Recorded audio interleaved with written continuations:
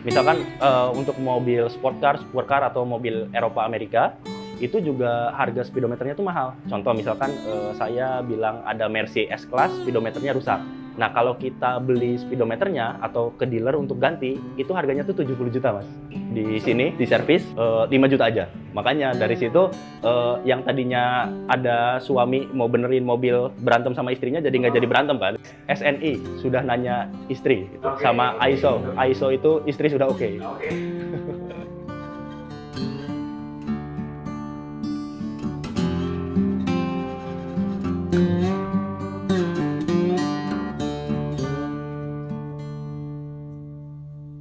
Nama saya Iksan, saya founder dari SPD Speedometer dan hari ini kita lagi ada di SPD Speedometer cabang Yogyakarta. Sebenarnya tuh kita tuh ada 3 tempat. Jadi yang pertama itu head office, yang kedua tuh bengkel. Nah yang di sini tuh bengkel. Jadi tempat customer ke sini.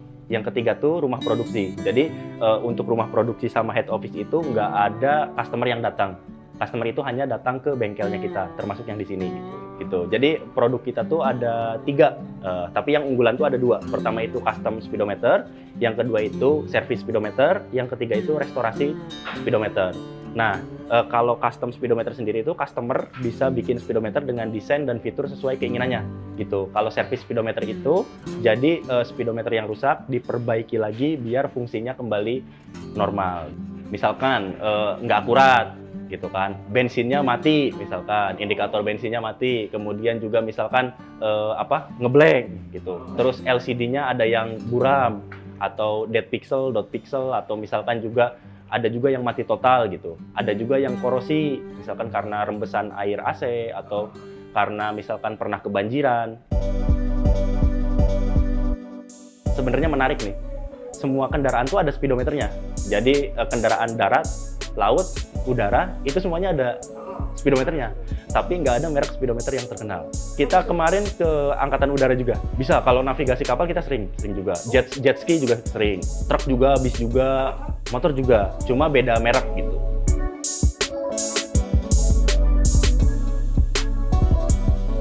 Jadi kalau restorasi itu biasanya kayak gini. Dia mobil tua, mobil klasik yang udah nggak ada lagi spare part-nya. Jadi kalau misalkan beli pun udah sulit, nah jadi dia dibawa ke sini untuk di remake gitu. Jadi dibuat ulang biar biasanya kan kalau pecinta mobil klasik itu dia suka yang ori.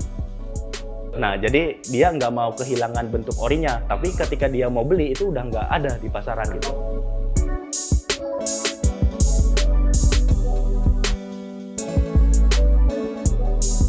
Kalau background pendidikan sendiri malah saya itu marketing.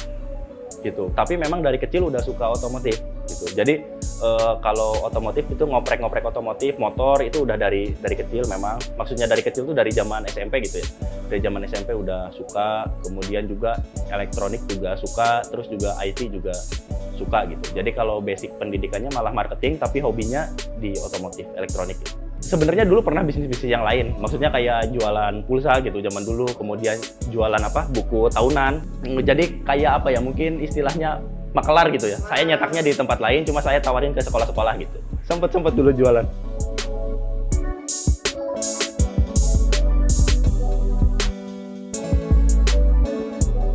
Dulu tuh jadi orang tua tuh pedagang gitu, tapi belum pebisnis ya, maksudnya pedagang tuh kan begitu orang tua saya sakit ya jualannya juga berhenti gitu. Dari situ mungkin karena kebiasaan ngelihat orang tua dari kecil bertransaksi ya, yang ada di pikiran ya nanti saya kalau udah besar ya paling nggak jauh beda begini juga gitu. Dulu tuh sebenarnya modal saya awal itu 4 juta itu dari kampus. Jadi saya ikut event kampus, terus ada hadiahnya 4 juta. Nah 4 juta itu saya pakai buat modal gitu. Pas udah berjalan, saya minta ke orang tua, almarhum ayah saya, boleh nggak uang jajan 1 tahun, itu saya minta di depan. Gitu. Kata bapak saya, nggak ada uangnya gitu kan. Terus saya challenge, kalau misalkan bapak mau ngasih, nggak akan minta uang jajan lagi, nggak akan minta uang kuliah, nggak akan minta uang kos-kosan. Baru bapak saya ACC. Nah, tapi dengan syarat dicicil. Jadi bulan ini dikasih 5 juta, bulan depannya dikasih 5 juta, bulan ketiga dikasih 5 juta, totalnya 15 juta. Udah habis ini jangan minta duit lagi ya. Nah, dari situ gitu. Ternyata bulan keempat duitnya habis gitu. ternyata susah gitu, susah. Waktu itu kan belum punya ilmunya ya, gimana uang 10 juta jadi 100 juta, 100 juta jadi 1 miliar gitu kan, belum punya ilmunya, cuma modal nekat aja. Dari sejak kuliah udah mulai. Ya, SPD ini dibangun dari pas kuliah 2013. Zaman itu belum terlalu mikirin ya, maksudnya yang penting jalan dulu aja gitu. Karena dulu saya mulainya itu dari dropship dulu. Tapi zaman itu belum ada istilah dropship ya. Dropshipper kan baru ya istilah-istilah kekinian. Jadi dulu tuh saya tuh keliling bengkel di Jogja, saya ketok satu persatu, Pak boleh saya bantu jualin online nggak? Waktu itu kan belum ada Instagram, masih pakai BlackBerry, masih pakai blog FJB Kaskus gitu kan. Dulu juga belum ada marketplace. Nah jadi saya muter di Jogja, minta orang yang punya bengkel, boleh nggak saya bantu jualin gitu. Jadi saya setiap pulang kuliah ke sana, motoin kalau ada stok baru, saya jual di Kaskus, saya jual di ini gitu. Saya dikasih komisi nantinya kalau misalkan laku gitu. Banyak yang ditolak sih sebenarnya. Nah, karena sering nongkrong di bengkel, kan penggemar otomotif tuh unik-unik ya. Maksudnya velg udah ruji diganti yang racing, yang bintang gitu. Velg udah racing diganti yang ruji. Stang kayak gini diganti stang jepit. Stangnya udah jepit diganti fatbar. Semuanya diganti, sampai baut pun dimodifikasi. Dan semua itu ada merek terkenalnya. Bro, merek velg yang bagus apa ya? Merek jok yang bagus apa ya? Shock yang bagus, itu tuh ada semua. Sampai merek baut pun ada yang terkenal. Tapi ketika nanya merek speedometer yang bagus apa, itu tuh relatif kosong. Nggak ada merek yang keluar gitu. Kalau susah banget enggak sih, karena waktu itu saya tesnya di komunitas. Gitu. Ketika masuk saya ikut komunitas motor, tawarin ke teman-teman komunitas, itu nyebarnya cepat gitu kan. Apalagi kalau misalkan ketua komunitasnya atau sesepuh komunitasnya pakai, biasanya membernya pada ikutan, ya kayak gitu. Pas awal-awal ya tetaplah pernah ngerusakin kelistrikannya atau elektrikal dari. Saya coba-cobanya awal-awal di motor dulu. Sempet juga rusak-rusak, misalkan part Mercy pecah gitu. Misalkan ganti rugi 50 juta, 70 juta gitu. 25 juta itu pernah juga. Ya, uang belajar lah gitu.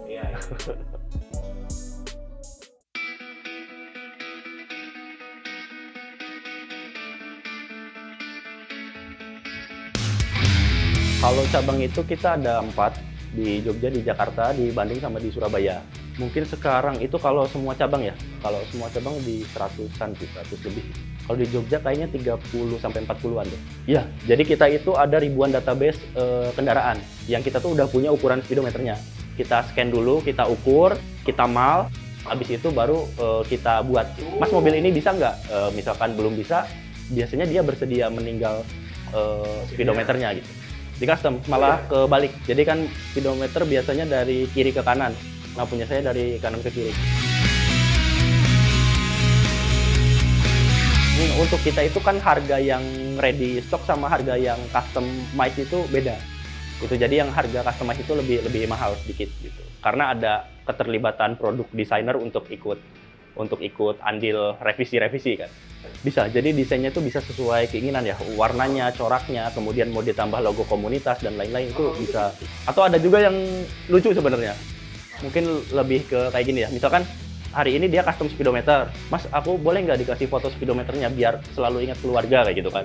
Nah, terus kasih foto istrinya sama anaknya, tahun depan balik lagi repeat order, anaknya nambah fotonya gitu. Yang susah itu biasanya tuh yang struktur speedometernya melengkung. Jadi ada yang 3 layer, 4 layer, sampai 7 layer gitu. Misalkan ya, contoh layernya tuh banyak. Jadi desainnya sama instalasinya lumayan agak rumit. Kalau instalasi sih paling cuma 2 jam ya. Gitu. Tapi kalau kalau pas konsultasi desain dan lain-lain itu bisa sampai 2 minggu. Semua mobil Jepang, Eropa, Amerika gitu bisa.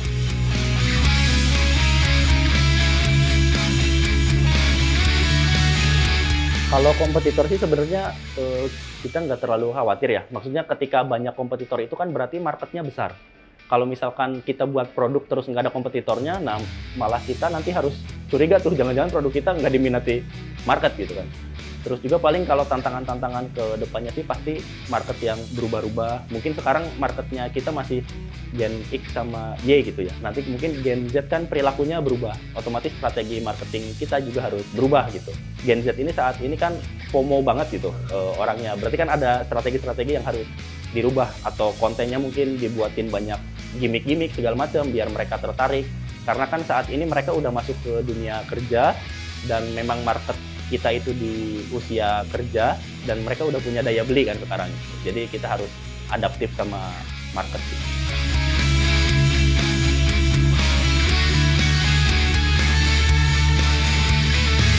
Mungkin banyak sih, beberapa kali dapat bantuan dari pemerintah karena termasuk produk kreatif inovatif gitu ya. Terus juga kemarin juga sempat tahun lalu akhir tahun kita juga mewakili Indonesia ke Thailand kebetulan event kayak usaha pemula gitu ya atau UMKM lah yang mewakili Indonesia dan dapat juara juga di Asia Pasifik. Mungkin kita ingin buat manufaktur yang besar gitu ya, dengan kerjasama dengan sekolah, dengan universitas yang sekarang kita udah mulai gitu membuat teaching factory, mini factory dengan vocational school.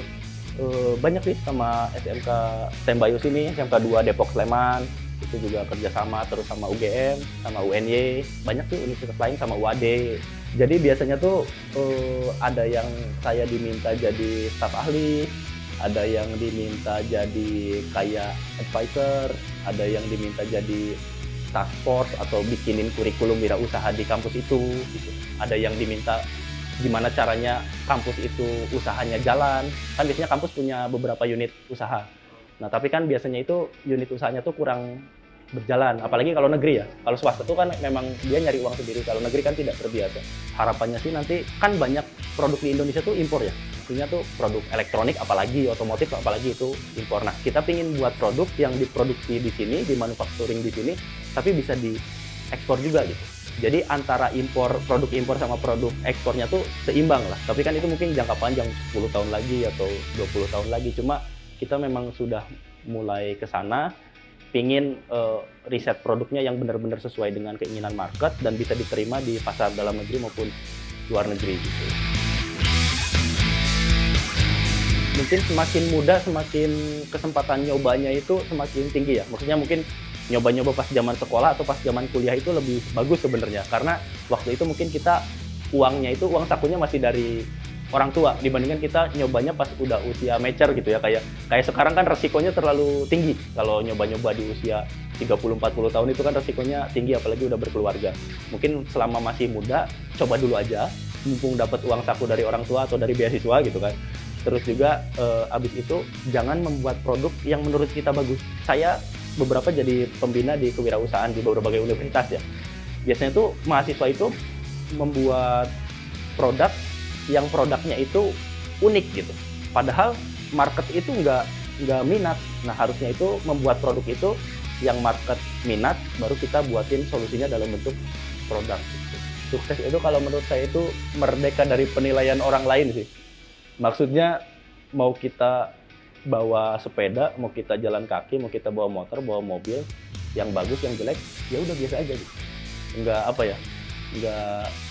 Bukan terpatok ke gengsi gitu. Nah, menurut saya orang sukses itu orang yang udah merdeka dari penilaian orang lain. Bersama bermetamorfosa.